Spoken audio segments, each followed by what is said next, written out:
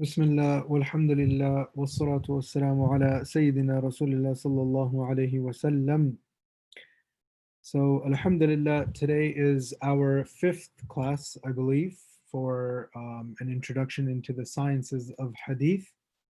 And today's topic is a continuation from last week's topic, and that is the famous compilers, right? We said that uh, last week, and today we started this subject last week, which is the famous works that there are alongside the famous compilers of these works. And we're doing them back to back because there's no use of talking about the books first and then talking about the individual who compiled it. So we will do this in all together as kind of the author of the book and the book as well. Last week, we also spoke about the different types, the various types of hadith literature that there are.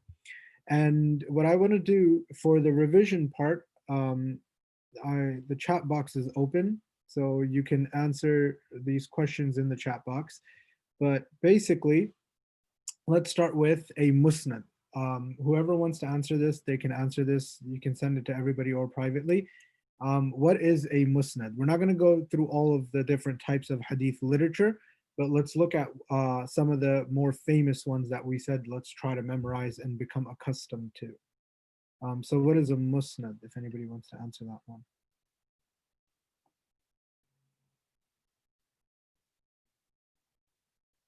Easiest way you can say musnad. Also, if you want to be unmute, I can do that as well. Just click the raise hand button or the yes button, and I can unmute you and you can just speak.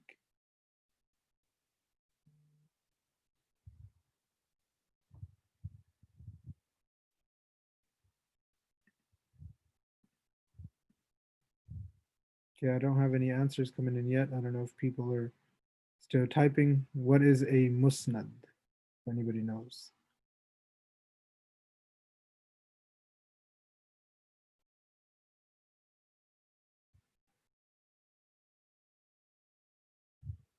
Nobody wants. Oh, okay. I have some answers. Narration according to the chain of narrators. Very good. That's exactly what it is, right?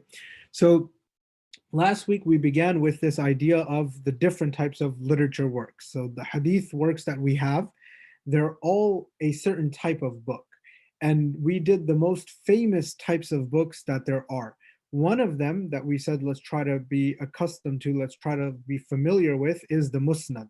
And a musnad is a hadith book that is organized based off of the chain of or the sanad itself, and that's why the name is there, musnad. And we said this is done in multiple ways. One of the most famous ways is to begin with the Khulafa al-Rashidin, the four famous Khalifas, and then go on to others. Another possible method that this is done is doing it alphabetically. So alphabetical order and based off of the chain of narration. Okay. How about al-Jami'? Al-Jami'. Who wants to answer that one? What is a Jami' type of book? And this is probably one of the most famous type of hadith compilation. Al-Jami' and we have Sunan, and we're going to do both of these back to back. So whoever wants to answer what Jami' is, let's do that one first. Again, if anybody wants to be unmuted, they can just click yes, and I can unmute you, or raise hand, whichever one you want to do.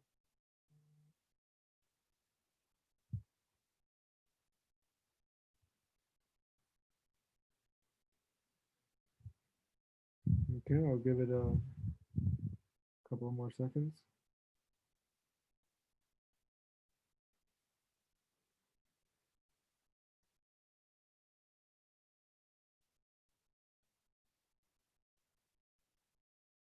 Okay, very good. I have another answer here. Book which compiles all of the topics. Very good. So jami', the easiest way to remember this, we said, was the word itself. Jama'a means to compile, to combine. And we said Salatul Jum'ah, a gathering. Salatul Jama'a, congregational prayer. Al-Jami' is a book that compiles. What does it compile? It gathers all of the major topics. And we said there's 8 major topics of Islam, or just in general, you can say the famous Islamic subjects. And al-Jami' gathers all 8 of these. And we said there are 3 very famous Jami' books. Anybody want to type in which 3 famous? You can just type in 1, 2, or 3, however many you know. And the reason why I'm doing this in the review, it just gives you a chance to recall from your own memory instead of me just saying which ones are the Jami'. There are 3 very famous Jami' books. Hint, one of them is the most famous Hadith book, pretty much.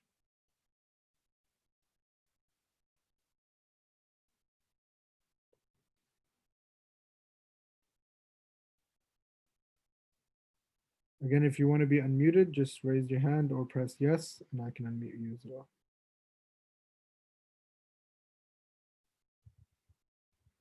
Okay, so we have some answers here. Bukhari, yep, all the answers are correct. So Imam Bukhari's book, Sahih al-Bukhari, is a Jami', al-Jami', right? Imam Muslim's book is also a Jami', and Imam Tirmidhi's book is also a Jami', and it is also a Sunan. So Sunan is the next type of book. What is a Sunan type of book? What special quality, you can say, does a Sunan have?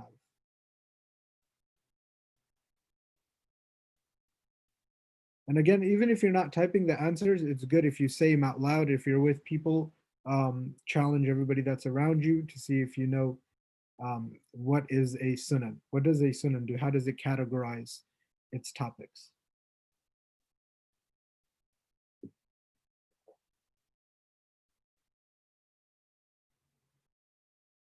Very good. The chapters are divided by the fiqh subject. So sunan are the book that is considered a sunan. It is divided based off of the chapters of fiqh, so tahara, salah, or whatnot. And there are 3 very famous sunans. One of them is Tirmidhi, like we mentioned. What are the other 2? Does anybody remember?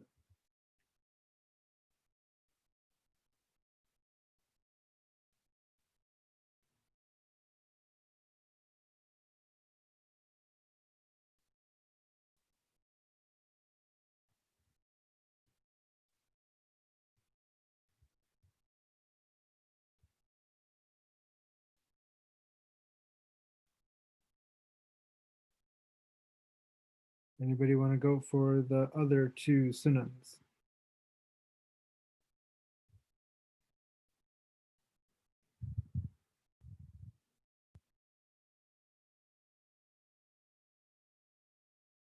Hmm. Okay, that's right. Abu Dawood and Nasa'i. So the other 2 sunans are Abu Dawood and Nasa'i, the sunan of Abu Dawood and the sunan of Nasa'i.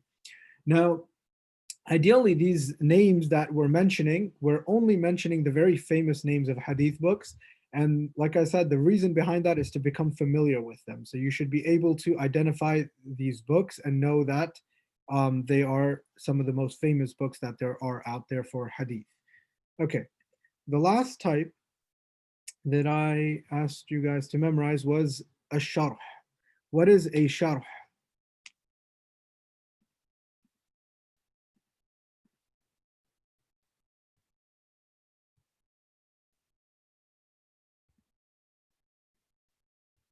Anybody want to answer that one? Sharh.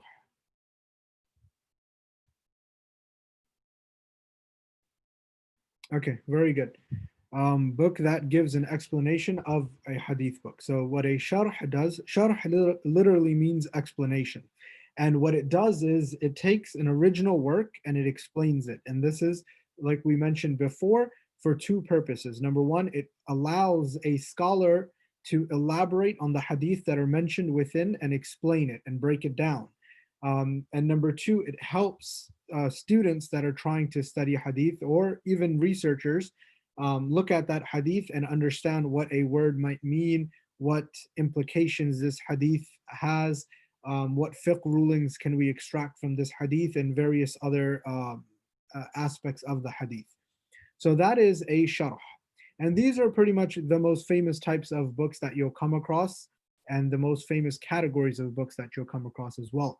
Then we began discussing the well-known hadith works and the compiler. So what that was the literature types, right? What type of book it is.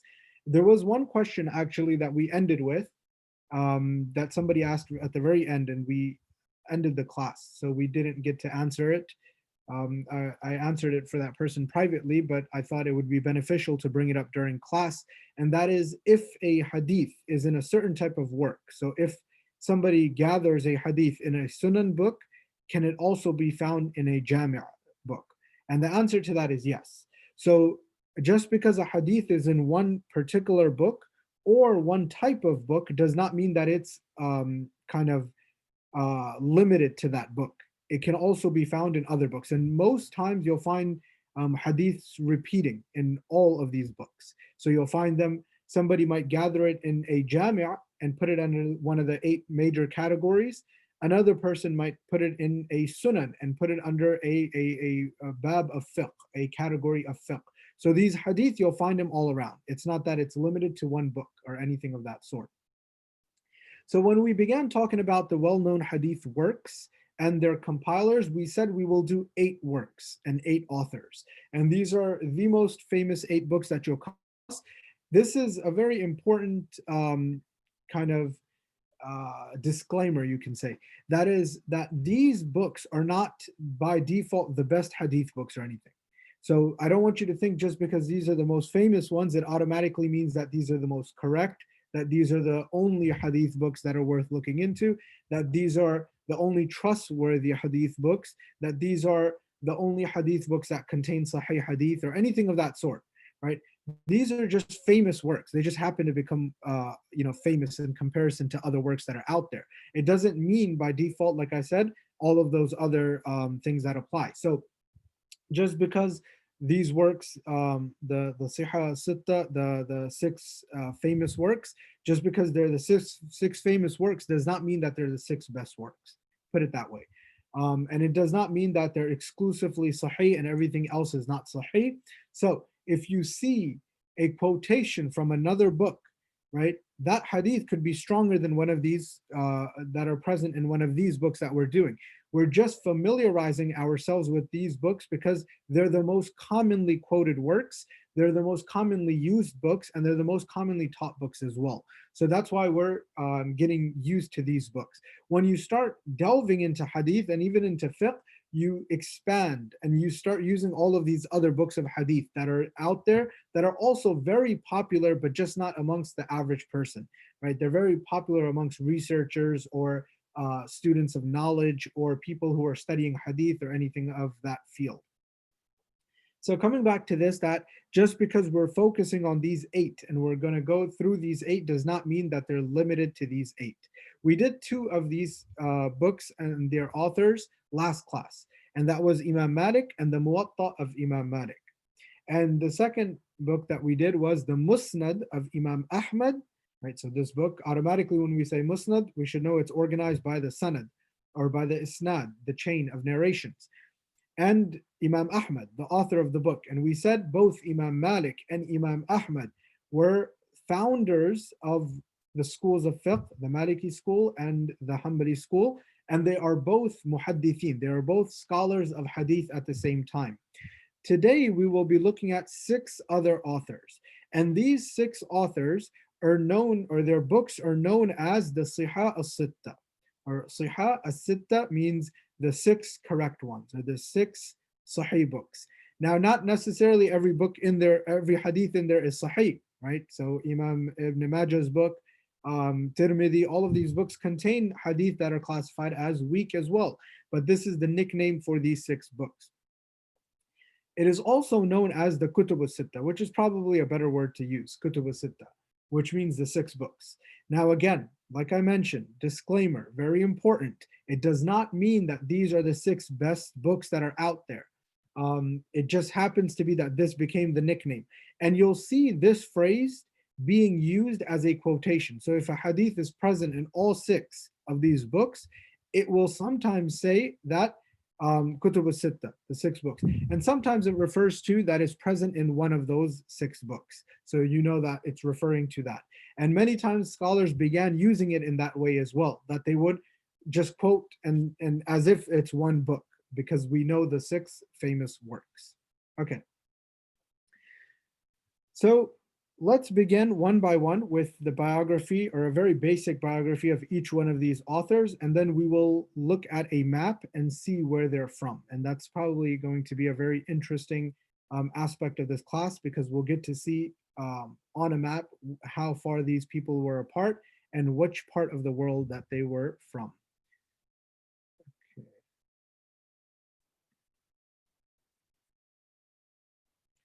Let's begin with Imam al-Bukhari. So Imam al-Bukhari, he was born in the year 194 after Hijrah, and he passed away in the year 256, meaning Sahih al-Bukhari, right? The book itself was in the year 200 to 250, around that date. That's the year Sahih al-Bukhari was actually available or published.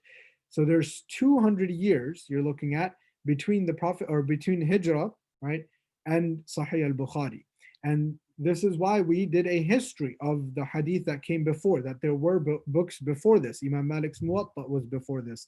The book compiled by Imam Malik's teacher, Az-Zuhri, that was present before this. We did some of the works that were private works, you can say, compiled by the students of the companions, and the history of all of that. So Imam Bukhari comes at this time, and one of the unique aspects is he decided to compile only Sahih Hadith. So that was his goal. He was born in 194, passed away in 256. He was born in the city or the town of Bukhara, and this is in modern day Uzbekistan. Many of these scholars, you'll see, they will be in or around the same area. So you'll see mainly Khurasan, which is made up of mostly modern day Iran and some of the surrounding areas like Turkmenistan and these countries. They used to be part of Khurasan, and pretty much Persia. That's how you can think of it. So most of them will be from Persia or one of the Turkic countries, modern day Turkic countries. So Uzbekistan, Kazakhstan, these countries that are right next to Khurasan as well. Imam Bukhari was born in Bukhara, and Bukhara is actually one of the most beautiful cities. If you haven't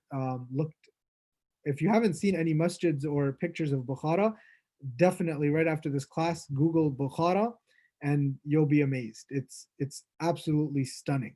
The blue marbles that are in the masajid in Bukhara are just beautiful.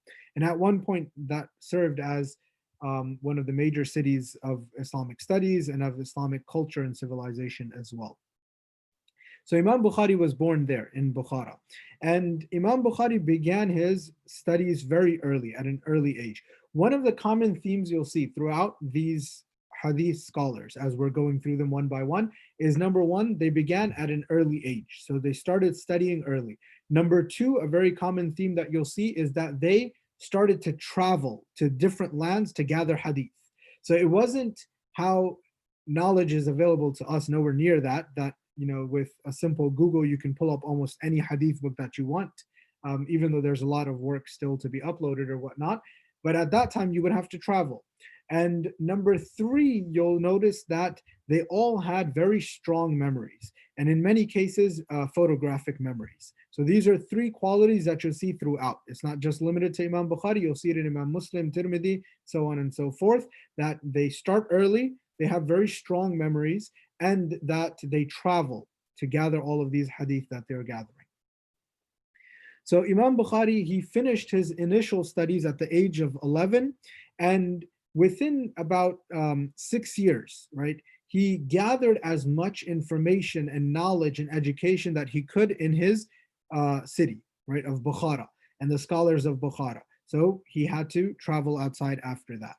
Now, one thing unique about Imam Bukhari was that not only would he memorize the hadith that he would study, he would memorize the narrator, the biography of the narrator, the location, and the dates of their birth, their death, and where they traveled, all of this. So he would memorize the details of each and every person that's narrating this hadith.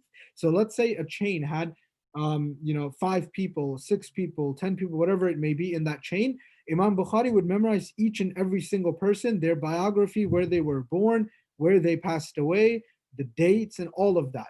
And this is one of the reasons why Imam Bukhari came up with the strongest conditions for hadith, that he made it upon himself to not take hadith if it doesn't meet his conditions, that if the hadith does not reach those conditions that he set forth, I will not take it. That was Imam Bukhari's trademark pretty much. So Imam Bukhari began to travel around the age of 16. He traveled to Mecca with his mother and brother and performed Hajj as well. And after that, he began a series of journeys throughout different lands. He stayed for about 4 or 5 years in the city of Basra. He traveled to Hijaz. He traveled to Egypt as well. Nishapur. So Nishapur is actually one of the famous ones. We'll talk about it in the next person, which is a very famous city of hadith as well. Imam Bukhari traveled to Baghdad, and he continued to do this for about 4 decades. So about 4 decades, he continued to travel and gather hadith and memorize the biographies and sit with hadith scholars all around. Now, there's a very famous story that in Baghdad, some of the scholars, they gathered to test Imam Bukhari's memory. So they wanted to see, is this really true or not? Everybody's saying this about Imam Bukhari's memory or whatnot. Let's test it out. So they start narrating hadith. And each one of them there's about 10 people, each one of them starts narrating 10 hadiths with the chains and everything. And what they would do is they would swap out the chains. So they have Imam Bukhari there, there's 10 of them, it's in Baghdad. They're trying to challenge this person and catch if he's a fraud or not. And they start narrating a chain, right? And they'll narrate a hadith and they'll swap out aspects of it. They'll either swap out the chain, switch around the matan, they'll start switching around things. And they're doing this to kind of catch him out, right? So now you have this hadith scholar, and obviously if he wants, he can say, yeah, I heard that one too. So they ask him, did you hear this one? Did you hear this one? And he's like, no, I haven't heard that. No, I haven't heard that. No, I haven't heard that. To every single one of those hadith, he said, I haven't heard that. When they finished this, he went back and systematically repeated each and every single hadith with the correct chain of narration, fixing the mistakes that they made off of his memory. So this just shows you the strength of Imam al-Bukhari's memory, right? These hadith scholars that we have, especially these major scholars that we're discussing, their memories were not average. So this is very important. Not only did they put in the work, but they had this natural ability to memorize and to kind of admit these chains to their memory. And they were very strong regarding this. Imam Bukhari is also known famously for his piety, his good character, his generosity. These are characteristics that are known about Imam al-Bukhari. Okay, so let's talk about his actual book. It took him about 16 years to compile Sahih al-Bukhari. So Sahih al-Bukhari is compiled in about 16 years. And it's mentioned that this was done, you can kind of say, based on the inspiration or on the advice of one of his teachers, Ishaq ibn Rawaha. Remember this name, Ishaq ibn Rawaha. And he said to him, he just made a comment, and he said, if you were to compile a short but comprehensive collection, right, of authentic sunnah of the Prophet sallallahu alaihi wasallam, right? This is like a comment he made while Imam Bukhari was with him, and it just stuck with Imam Bukhari, and this kind of inspired him to gather this book, and he eventually gathered it in 16 years. Now, originally, out of 600,000 hadith that he came across, out of 600,000 hadith, he selected 9,082. And if you don't count the ones that repeat, they're about 2,062. So in Sahih al-Bukhari, he selected 9,000, let's just say 9,000 flat, right? Because there's 9,000 precise, but just for an easy memorization of these numbers, about 9,000. And from the 9,000, if you take out all the ones that are repeating, about 2,000 hadith are there in his book.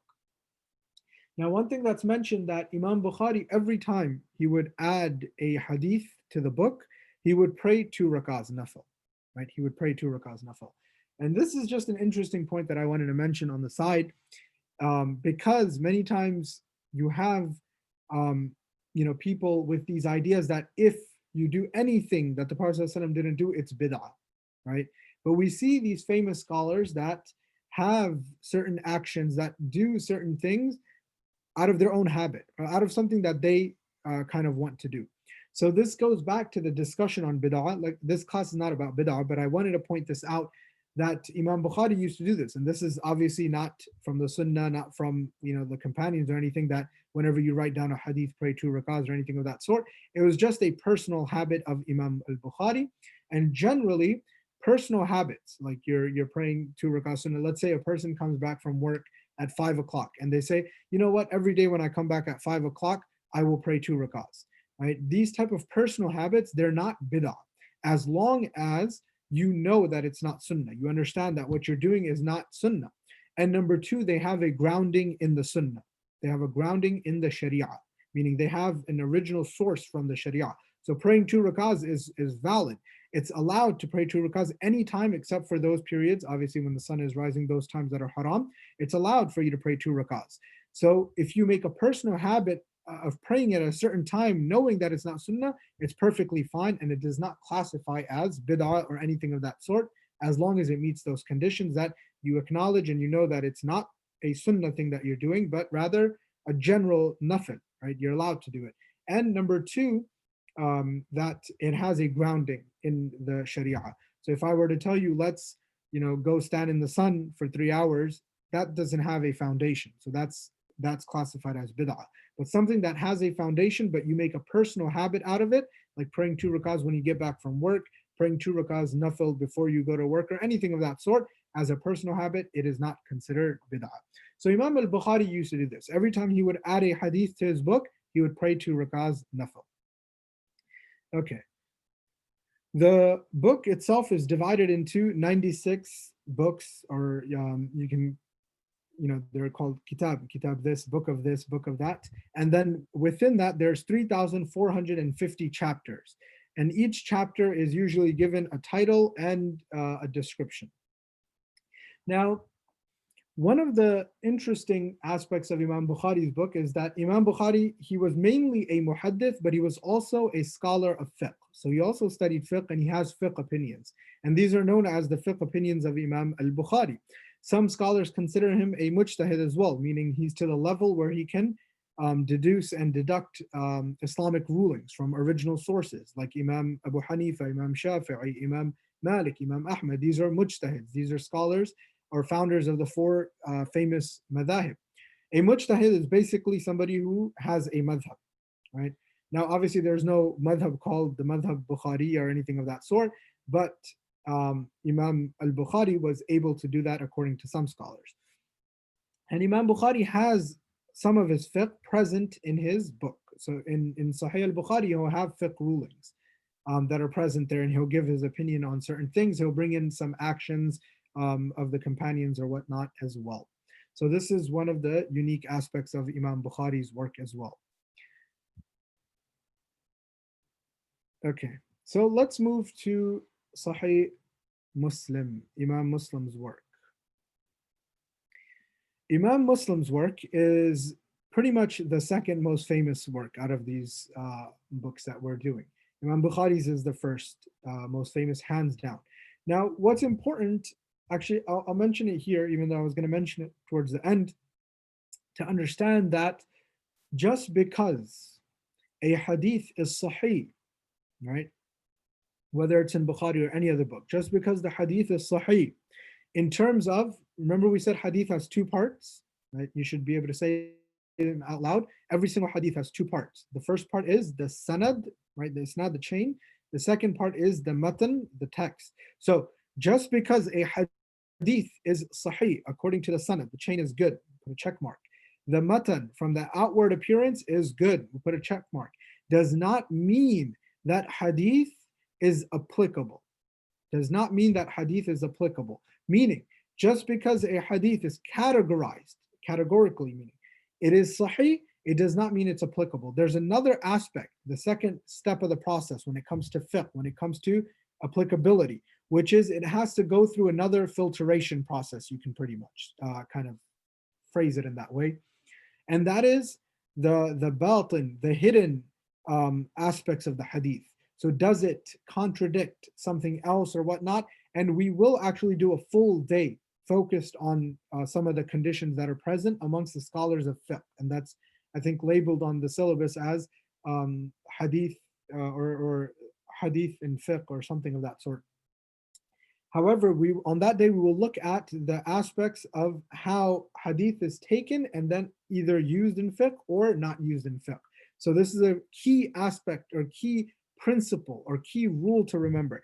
Just because a hadith is sahih in the book categorically does not mean it's sahih in terms of its applicability, meaning it does not mean by default that it's automatically applied as a fiqh ruling. And this goes, from this you can kind of say that if somebody tells you, oh, this hadith is in Bukhari, act upon it, right? It does not mean you have to act upon it. You have to look at what the scholars of fiqh say regarding that hadith. Is that applicable? Is that applicable? Is that something applied to us or not? Right? What are the rulings regarding it? So just because a hadith is categorized as sahih does not mean it's applied as sahih. That's a kind of a principle that you probably want to memorize. Okay. So coming to Imam Muslim. Imam Muslim was born in the year 206 after Hijrah. He passed away in the year 261. Similar to Imam Bukhari, Imam Muslim began at an early age. Like we said, the three common principles that you'll see. They start at an early age, they travel, and they have a very strong memory. Imam Muslim traveled to Persia, Iraq, Syria, Egypt, Hijaz. He traveled all around, gathering different hadith, sitting with scholars of hadith. He sat with, one of his teachers were Ishaq ibn Rawaha. You remember this name? I said to remember it. This is the teacher of Imam Bukhari. So Imam Muslim actually had a mutual teacher, Ishaq ibn Rawaha. Also, he was the student, Imam Muslim was the student of Imam Ahmad ibn Hanbal, right? The one with the Musnad of Imam Ahmad, also the founder of the Hanbali school. Imam Muslim was also a student of Imam al-Bukhari. So Imam Muslim was a student of Imam al-Bukhari. And he learned hundreds and hundreds of hadith from various teachers that he sat with, that he studied with. He eventually settled in Nishapur. So this is where he was born as well. Imam Muslim, his full name is Muslim ibn al-Hajjaj al-Naysaburi, right? And in Arabic it's Naysaburi, but that's because there's no P. So it's Nishapur, and this is in modern day Iran. Like I said, at the end of this, we'll put up the map and we can see all of these hadith scholars. So Imam Muslim, his book, he took about 300,000 hadith, and from that he selected 7,479. So we can round it up about 7,500 approximately. And if you take out all the repeated hadith, you can narrow it down to about 3,033. 3,000 to round it. So Imam Muslim gathered these hadith in about 15 years. Remember Bukhari, about 16 years. Imam Muslim's work, about 15 years. That's how long he spent on writing this. Now there's a quote I want to read to you from Dr. Jonathan Brown. He says, Muslim wrote his Sahih as a response to what he saw in the laxity, so the atmosphere that was there. That people were just narrating any hadith. They didn't have a concern if it's sahih, if it's not sahih, if it's made up or whatnot. They weren't checking into the sanad. And so he wrote his book out of a response to this. And this is one of the things that Imam Muslim actually states, that people stopped caring about if the hadith is actually sahih. They would not put it through an authentication process. So one of the purposes that he did this work, or that he compiled this book, was to combat that, to counter that he wanted to gather those things that are sahih that go back to the Prophet ﷺ.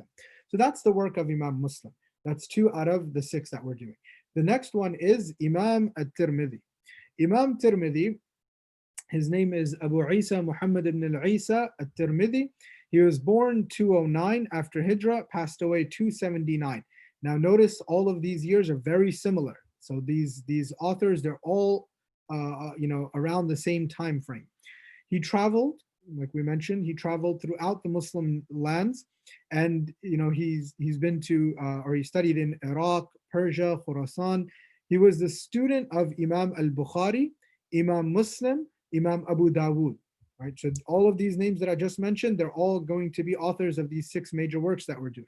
So Imam Tirmidhi is a student of Imam Bukhari and Muslim and Abu Dawud, who we're going to talk about shortly. So that was Imam Tirmidhi. Similar to Imam al-Bukhari, right? Imam Tirmidhi had a very sharp memory. So he had a very strong memory as well. And it's mentioned that one time he was with a hadith scholar who started narrating hadith, and Imam Tirmidhi was taking notes, and it was about 16 pages long. And unfortunately, Imam Tirmidhi kind of lost this, and he couldn't review this. And he was asked to review the notes while the hadith scholar dictates them again. So the hadith scholar is going to repeat him. And as he's narrating, Imam Tirmidhi grabs some empty sheets of paper, not to make it obvious that he doesn't have the original hadith, and he starts pretending that he's reviewing it from here. However, when the scholar of hadith says, the papers are blank, right? The papers that you're reviewing and that you're looking at are blank. And Imam Tirmidhi actually says that he remembered every single hadith, and he starts verbatim repeating each and every single hadith. So this is, again, to show the memory of Imam at-Tirmidhi. Imam at-Tirmidhi, also another very unique aspect about his book is that his idea was to compile those hadith that are used by the scholars of fiqh. And he mentions that, this is what Imam Tirmidhi says. He says, every hadith in this book is acted upon by some scholar, right? So out of, the four major schools of fiqh, whatever it may be, every single hadith that you'll find in this book is found somewhere. Some scholar is using this as a proof of what their outcome is in terms of their fiqh ruling, except for two hadith. And the two hadith are, if he drinks a fourth time, then the punishment is death, right? And this is not acted upon by any of the scholars of fiqh. And the second hadith he mentions is he combined, meaning the Prophet ﷺ combined Dhuhr and Asr in Medina without fear or travel. This is another hadith that's not acted upon. And that's why I said, just because a hadith is found in one of these books or is classified as sahih or whatever it may be, does not mean the scholars of fiqh are acting upon that hadith for various reasons. And as we go through this class, this concept will become, inshallah, more apparent to all of us. And as we do that class on the relationship between fiqh and hadith, we will kind of have a more clear vision on why there are more conditions when you take the hadith and then apply it into fiqh. And this is actually what leads to many misconceptions regarding hadith. So you'll find people, some of these people go to extremes that they only take the Quran, they reject complete, works of hadith or all the hadith or whatnot.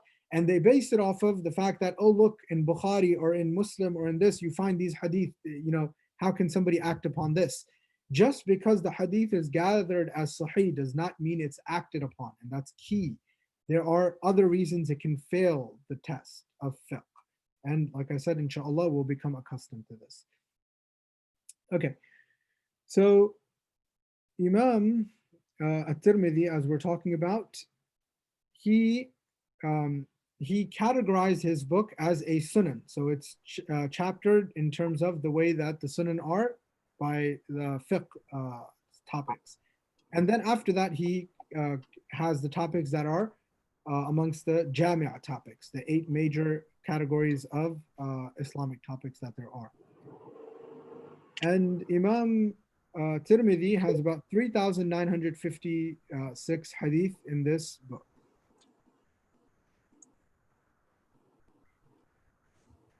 All right, so there's another quote by Imam Tirmidhi. He says, I compiled this book and then presented it to the scholars of Hijaz and Iraq and Khurasan, and they were all pleased with it.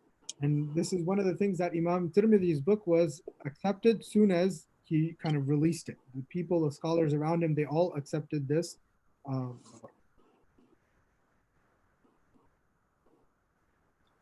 All right, let's move on to the Sunan of Abi Dawood. We have 3 books left. These are a little shorter.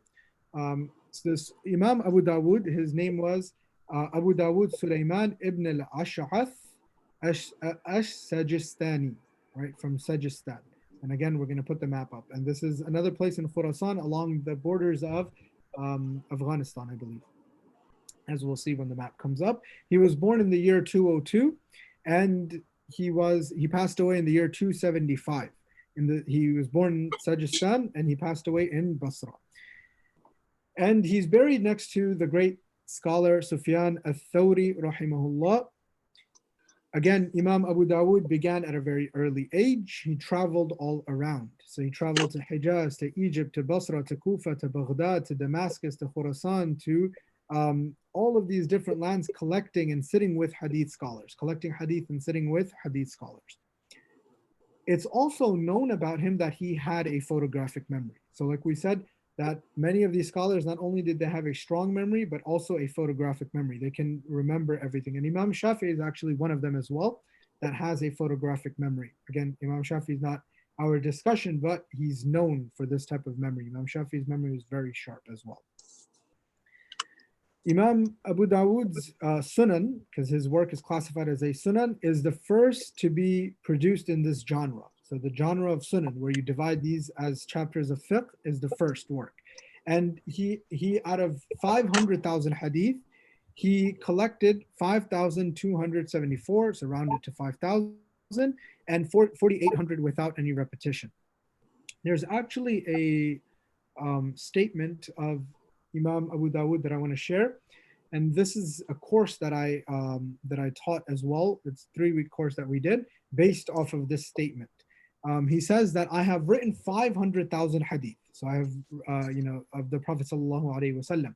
And I wrote in this book, meaning the Sunan of Abu Dawud, I wrote in this book 4,800, some of them that are sahih and those that resemble it, meaning they're hasan, they're close to sahih. And sufficient for a person's religion are 4 of the hadith. So this is a quote from Imam Abu Dawud that we took, and we actually made a course out of this. So sufficient for a person's religion are 4 hadith. What are these 4 hadith? The first one is إِنَّمَا الْأَعْمَالُ بِالنِّيَّاتِ. All deeds are based on their intention. So deeds are judged according to their intention. The second hadith is لا يؤمن أحدكم حتى يحب لأخيه ما يحب لنفسه. None of you will be true believers until you love for your brothers and sisters what you love for yourself. The third hadith is إن من حسن الإسلام المرء تركه ما لا يعنيه. That verily from the perfection of one's iman, of one's faith, is to leave those things that do not concern that individual. And the fourth hadith that he mentions is الحلال بين والحرام بين وبينهما أمور مشتبهات or mushabbihat, that the halal is clear, the haram is clear, and in between are the gray areas, those that are unknown. So he mentions that out of all the hadith that he compiled, sufficient for a person's religion. If you truly act upon these 4, that's sufficient for a person's religion. Okay, that's Abu Dawud. His work is also known as a comprehensive legal work. So Hadith al-Ahkam, it's comprehensive legal work in terms of the hadith that are related to the ahkam, the rulings. The next one is the Sunan of An-Nasa'i. He was born in Nasa, again another town in Khurasan, Persia, and he was born in the year 215. He passed away in 303 in Damascus, modern-day Syria. And at the age of 15, he traveled to Balkh, and later he traveled to Iraq, to Syria, to Hijaz, to Egypt, and eventually he settled in Egypt. Now, he was known to be one of the leading scholars of hadith at his time, and his book has two versions, you can say. He has the Sunan al-Kubra, which is the larger work, and he presented this to the governor of Ramallah at that time in Palestine, and he asked, is everything in here sahih, in this collection? So he told him it contains both. So the governor told him that, why don't you compile a work that only contains sahih? So he then abridged or summarized that original work known as the Sunan al-Sughra, the smaller Sunan. So he has 2 versions of this work, the larger version and the smaller version. Smaller version is pretty much almost all sahih except for a few narrations that have issues with it. The last hadith book is the Sunan of Ibn Majah. Now these 6 names of the hadith book, I want you to memorize them and their authors as well. They're the most commonly quoted books, like we said. The Sunan of Ibn Majah is written by, and they're very easy to memorize, they're named after their authors usually, is written by Imam Ibn Majah. And Imam Ibn Majah was born in Qazwin. This is a town in Iran, modern day Iran as well. And he was born in the year 209. He passed away in the year 279. And again, like every other scholar that we mentioned, he started at an early age and then he traveled. So he traveled across the Muslim lands and gathered hadith from various areas. Now, Imam Ibn Majah was also known as a mufassir of the Quran. So he was a scholar of hadith and also a mufassir. He was a scholar of tafsir as well. In his work, he compiled, in his hadith work, he compiled 4,341 hadith, so 4,300. And he divided it into 38 books, 1,500 chapters. Out of these 4,341, there are 3,000 of them approximately that are included in the other 5 books. So about 3,000 are included, and about 1,300 are exclusive to this book that are not in the other 5 books. Now, Sunan Ibn Majah, there's a discussion whether it's included amongst these 6 books or not. So some of the scholars of the Maliki madhab mainly, they say that Imam Malik's Muwatta is included in these 6 books and not the Sunan of Ibn Majah. Other scholars say that it is the Sunan of Ibn Majah. Again, these 6 books, it's not that, it's these 6 and it has to be these 6 or whatnot. It's just something that caught on. It just became famous. That's all it is. There's nothing else to it. So people started referring to them as the 6 books, the 6 works, and they became common amongst people. So that's why they took this position in Islamic scholarship. Again, it's not that they're special or that they have, they're special in a sense. I don't want to take away from the works, especially books like Bukhari and Muslim or whatnot, but they're not exclusive, that the only Sahih hadith that are present are in these books. All right, so these are the 6 major scholars. Now let me do a screen share and let's look at the different areas where they're from.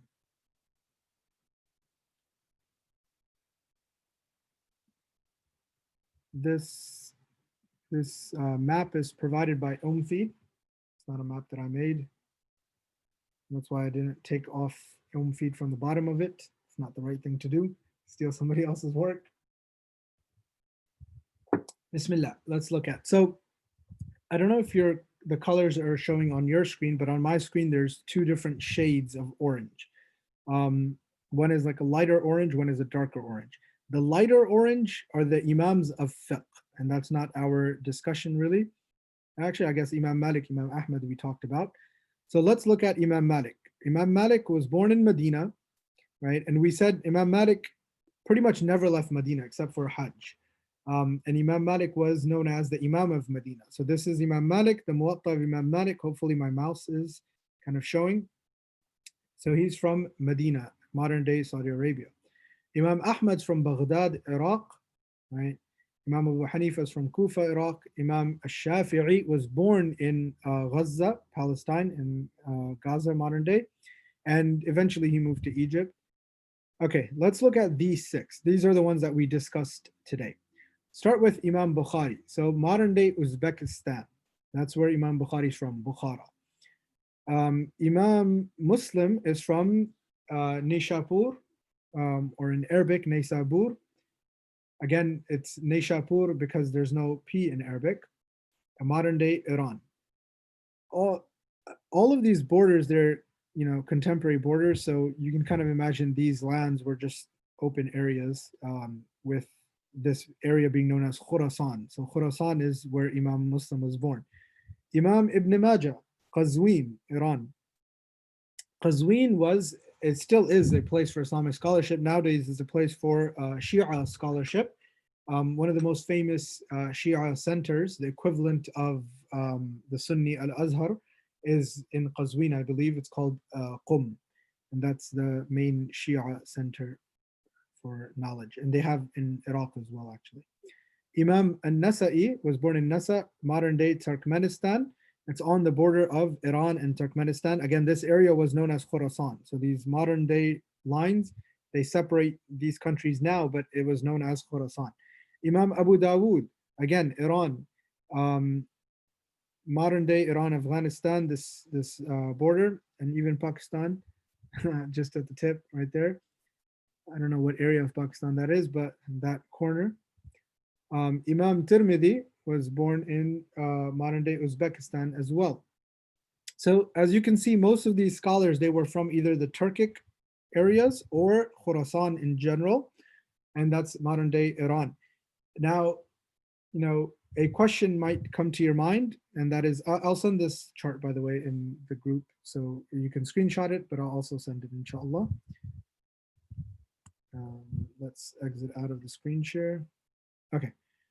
So a question might come to your mind that how are, most of these hadith scholars, most of these Sunni works are all, Iran, Iran, Iran, Iran that you see. What's interesting is modern day Iran was not predominantly Shia. So throughout the history of Iran, Iran was not actually majority Shia. Iran was majority Sunni for most of history, for most of Islamic history. It was only until about the 1500s, where you have the Safavid Empire, right? The Safavid Empire, the Safavid dynasty, which took over those lands, and they adopted Shiaism as their official creed. And they also, it's when you read into it, it's a very unpleasant history in terms of forced conversions and very strict rules in terms of anybody who claims that they're Sunni or anything of that sort. So majority of Islamic history, the major lands of Iran was Sunni for most of Islamic history up until the 1500s. Then it switched over to Shia. The Shia hub before that was mainly Iraq. So Iran was not Shia for most of Islamic history. And that's why a lot of these hadith scholars, they're all from Iran and that area. So it kind of confuses people when they see that, oh, these people are from Iran, but why are all the major Sunni hadith scholars coming from Iran, a Shia area? It wasn't Shia at that time at all. Like it had nothing to do with Shiaism. So that comes a lot later. And again, that's not the subject of this class. That's, in my personal opinion, that's a very interesting subject that I'd recommend everybody reading into. That's the history, and that's part of Aqidah as well, but mainly Islamic history and the movement of empires and the movement of ideologies in the different Muslim lands. Again, coming back to our topic, so these scholars of hadith, they were in these lands that were predominantly Sunni at the time. And as you can see, most of the famous scholars of hadith, they were not Arab, so they were not, native Arabs, you can say. They learned Arabic, but most of them were from Persia or the Turkic countries, Uzbekistan, Kazakhstan, Turkmenistan, or whatnot. So we will end with this, inshallah. I will open it up for Q&A. If anybody has any questions, they can ask. Let me stop the live stream.